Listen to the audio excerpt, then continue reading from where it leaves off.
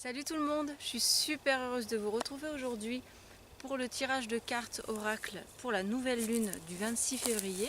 Aujourd'hui je vous propose un tirage avec 3 jeux différents. Le premier jeu c'est l'Oracle de Béline, c'est la première fois que je l'utilise avec vous. Le deuxième jeu c'est l'Ange des rêves, c'est un jeu de cartes de Melissa Vertue pour travailler avec les rêves. Et le troisième jeu...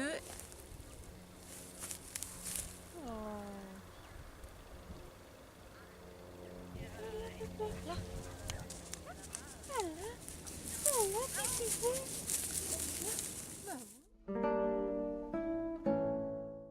Donc la question qu'on va poser à l'oracle, c'est une question de conseil, assez généraliste, puisque je m'adresse à potentiellement beaucoup de gens et c'est pas des questions donc personnalisées, pour voir un petit peu quelles sont les énergies que nous propose cette nouvelle lune, la guidance vers laquelle on pourrait se diriger. Je voulais faire une petite aparté.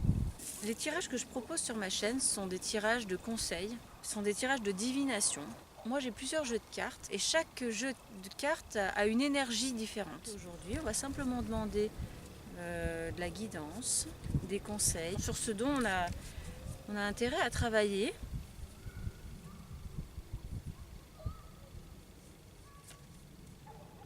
Vol-perte. C'est une carte qui est sous le signe de Mercure. Mercure c'est la communication.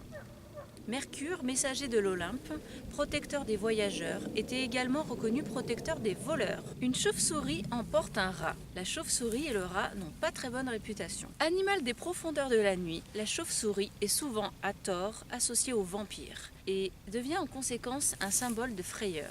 On considère que la chauve-souris n'a pas atteint le degré supérieur de son évolution ascendante. Elle est l'oiseau manqué en raison d'une évolution spirituelle entravée. Le rat, appartenant au monde souterrain, furteur malin et voleur, évoque ce qui mord, ronge et détruit lentement. Il devient le symbole de la destruction. Ces deux créatures nocturnes réunies provoquent angoisse et répulsion. Ne pas toujours craindre le pire. Se préserver des abus de confiance dans le domaine matériel ou moral.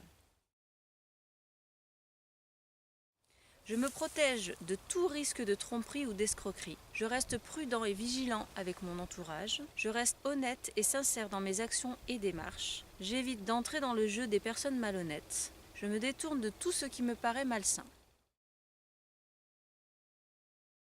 Sachez distinguer le bien du mal. Cherchez la lumière au plus profond de vous-même et chassez les démons qui pourraient vous empêcher de vous élever vers les énergies célestes. Soyez fort pour résister aux tentations et aux mauvaises pensées afin de vous maintenir sur le chemin de l'épanouissement spirituel. Vous devez rester en retrait de tout ce qui pourrait conduire à des erreurs de jugement, des catastrophes financières, des engagements flous, des relations manquant de clarté. Il est impératif de vous préserver, de vous protéger en agissant toujours avec sagesse, prudence et méfiance.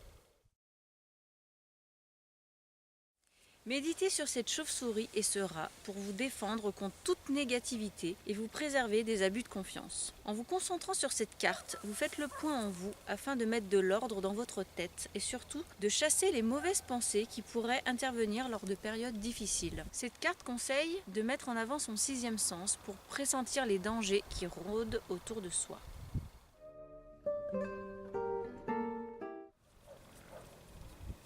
La question est, quel est le travail que l'on a à effectuer?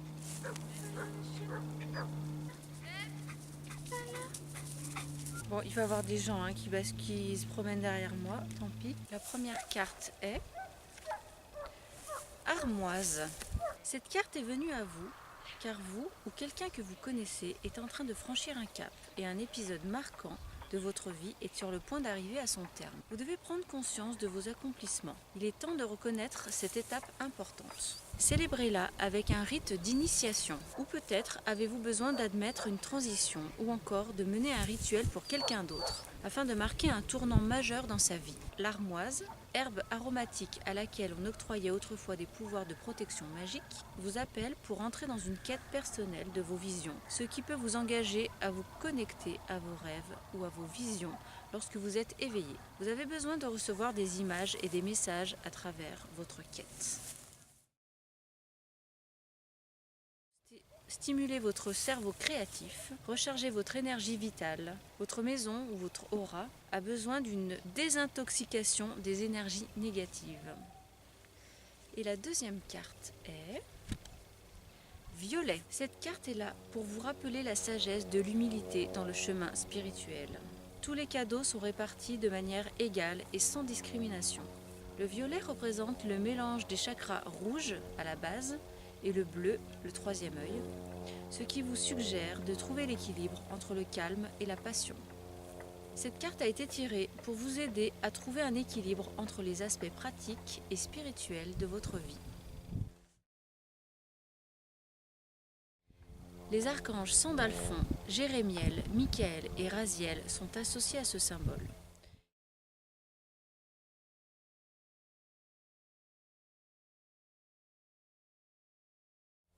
Il vous serait bénéfique d'étudier et de méditer sur les lois et croyances spirituelles. Portez du violet ou centrez-vous sur cette couleur si vous vous sentez déprimé, isolé socialement ou bloqué. Placez des objets violets sous votre lit pour stimuler l'activité de vos rêves.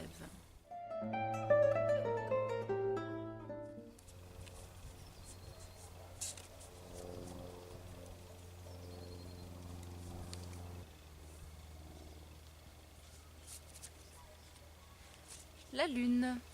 Il est temps de revoir vos projets. Quelque chose ne tourne pas rond et les anges et autres guides sont là pour vous l'indiquer avec bienveillance. La bonne nouvelle, vos capacités mentales et intuitives sont exacerbées. Suivez votre intuition et tenez compte des rêves qui peuplent votre sommeil.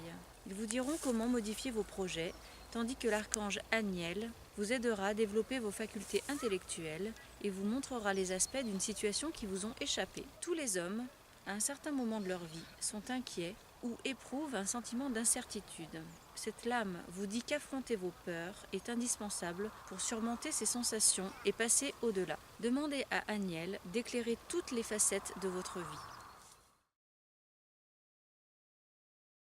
Message d'être cher aujourd'hui disparu. Information ou motivation dissimulée.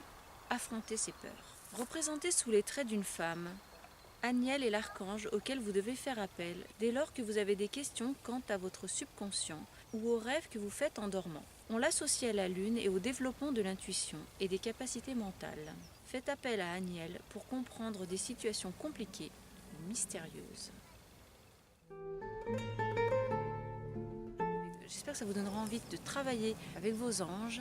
J'espère que ça vous donnera envie de méditer.